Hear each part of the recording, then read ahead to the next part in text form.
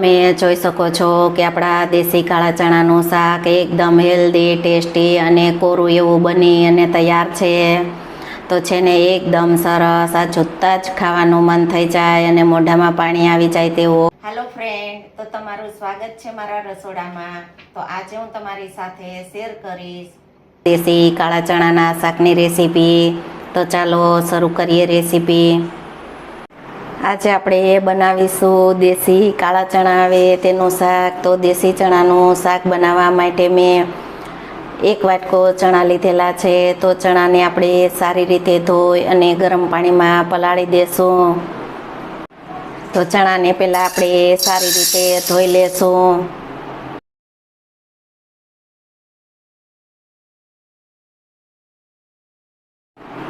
તો આપણે ગરમ ઉફાળા પાણીથી 6 થી 7 કલાક આપણે ચણાને પલાળી દેશું. તો 6 થી 7 કલાકમાં આપણા ચણા એકદમ સારા એવા પલળી જશે.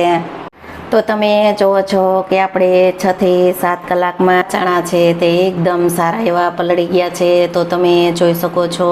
તો આપણે આ ચણામાંથી પાણી કાઢી અને આપણે કુકરમાં 2 થી 3 વિસલ કરી લેશું. ચણા બાફવામાં સ્વાદ પ્રમાણે મીઠું ઉમેરીશું. તો મીઠું ઉમેરી અને ચણાને આપણે બાફી લેશું. તો તમે જુઓ છો કે આપણે આ ચણા છે તે 3 વિસલમાં એકદમ સારા એવા બફાઈ ગયા છે. તો તમે જોઈ શકો છો કે ચણા આપણા 3 વિસલમાં એકદમ સારા એવા બફાઈ ગયા છે. જો તમે આ રીતે ચણા પલાળી અને 3 વિસલ કરી લેશો તો ચણા એકદમ આ રીતે બફાઈ જશે. આપણે જે આ દેશી કાળા ચણાનું શાક છે તે એકદમ આપણે કોરું અને સૂકું શાક બનાવીશું. દેશી કાળા ચણાનું શાક છે તે આપણે એકદમ સૂકું અને કોરું શાક બનાવવાનું છે. તો તેમાં આપણે તેલનો ઉપયોગ પણ ઓછો જ કરીશું. તો શાક વઘારવા માટે આપણે મોટા 1 ચમચા તેલનો ઉપયોગ કરીશું. તેલ ગરમ થઈ ગયું છે તો આપણે રાઈ, જીરા, હિંગથી વઘાર કરી લેશું. તો આપણે અડધી ચમચી જેટલી રાઈ ઉમેરીશું, અડધી ચમચી જીરું, સૂકા 2 લાલ મરચાં, મીઠા લીમડાના પાન, 1 ચપટી હિંગ. તો આપણે મીડિયમ સાઈઝની 1 નંગ ડુંગળીને ઝીણું કટિંગ કરેલું છે. તો ડુંગળી આપણે ઉમેરી દેશું. ડુંગળીને આપણે 2 થી 3 મિનિટ તેલમાં સતળાવા દેશું. 2 થી 3 મિનિટ તેલમાં સતળાય ત્યાર પછી આપણે તેમાં આદું, મરચું, લસણની પેસ્ટ ઉમેરીશું. 3 મિનિટ જેવું થઈ ગયું છે અને ડુંગળી તેલમાં સારી એવી સતળાઈ ગઈ છે. તો તેમાં આપણે 2 ચમચી આદું, મરચું, લસણની પેસ્ટ ઉમેરીશું. તો તીખાશ તો તમે તમારા ટેસ્ટ પ્રમાણે લઈ શકો. આદુ મરચુંની પેસ્ટ તેલમાં સારી એવી સતળાઈ ગઈ છે. તો તેમાં આપણે કટિંગ કરેલ ટામેટું ઉમેરી દેશું. ટામેટાને 2 મિનિટ સતળાવા દેશું. ટામેટા 2 મિનિટ સતળાય ત્યાર પછી આપણે તેમાં મસાલા ઉમેરી દેશું. તો તમે જુઓ છો કે ટામેટું આપણે તેલમાં સારું એવું સતળાઈ ગયું છે.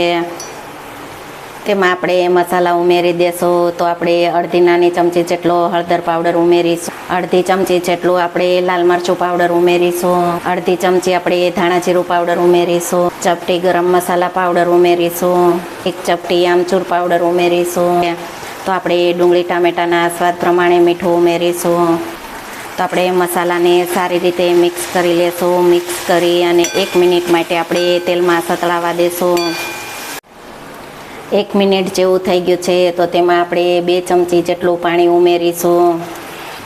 2 ચમચી જેટલું પાણી ઉમેરી અને આપણે જે બાફેલ ચણા છે તેને ઉમેરી દેશું. ચણા ઉમેરી અને આપણે ચણાને સારી રીતે મિક્સ કરી લેશું. 2 મિનિટ જેવું થઈ ગયું છે. તો તમે જુઓ છો કે આપણું આ દેશી કાળા ચણાનું શાક છે તે એકદમ સૂકું અને કોરું શાક બની અને તૈયાર છે. તો તમે જોઈ શકો છો. તો છે ને એકદમ સરસ. તો આ શાક આપણું એકદમ ટેસ્ટી એવું બની અને તૈયાર છે. જો તમને આ કાળા દેશી ચણાના શાકની રેસીપી ગમે તો વિડીયોને લાઇક, શેર, સબસ્ક્રાઈબ કરજો અને બાજુમાં રહેલ બેલ આઇકન દબાવવાનું ભૂલતા નહીં. તો સૌથી પહેલું નોટિફિકેશન તમને મળતું રહે. તો તમે જુઓ છો કે આપણું દેશી કાળા ચણાનું શાક તો એકદમ કોરું, હેલ્ધી અને ટેસ્ટી શાક બની અને તૈયાર છે. તો છે ને એકદમ સરસ, આ જોતાં જ ખાવાનું મન થઈ જાય તેવું. ચોક્કસથી તમે એકવાર આ રીતે ચણાનું સૂકું શાક બનાવવાની ટ્રાય કરજો. ઉપરથી આપણે લીલા ધાણાને સ્પ્રિંકલ કરીશું. તો તમે જોઈ શકો છો કે આપણા દેશી કાળા ચણાનું શાક એકદમ હેલ્ધી, ટેસ્ટી અને કોરું એવું બની અને તૈયાર છે. તો છે ને એકદમ સરસ, આ જોતાં જ ખાવાનું મન થઈ જાય અને મોઢામાં પાણી આવી જાય તેવો